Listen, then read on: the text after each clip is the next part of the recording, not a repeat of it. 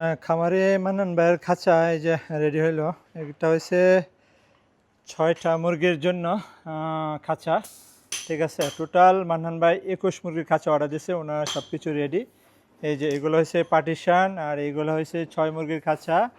আর মান্নান ভাই বাজারে মুরগি বিক্রি করার জন্য, ক্যারি করার জন্য এই যে ওনাকে একটা আমি সুন্দর একটা খাঁচা বানিয়ে দিছি। এই যে দেখেন, উপর দিয়ে মুখ দিছি আর নিচে দিয়ে আপনার ট্রে সিস্টেম, ট্রে রাখতে পারবে, প্লাস এখানে ধরে নিয়ে যেতে পারবে। এটা আমি বানাইছি MS তার দেওয়া, শক্ত তার দেওয়া, যে কারণে এটা ক্যারি করে যে কোনো জায়গায় নিতে পারবে।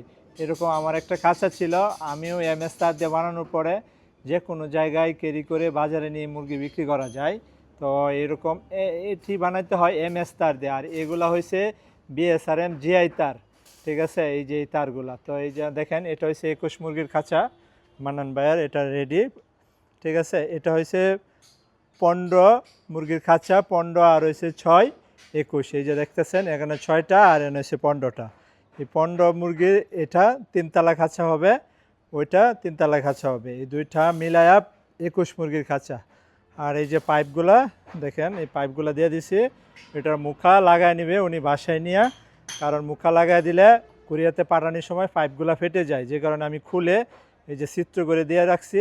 উনি বাসায় গিয়ে নিজের মতো করে উনি ওই ক্যাপগুলো লাগিয়ে দিবে, তাহলেই হবে। এটা হচ্ছে খাবারের পাতে ক্যারি করার জন্য খাঁচা। এটিও পাট এই যে এটা পাট দেখেন, সবগুলো পাট।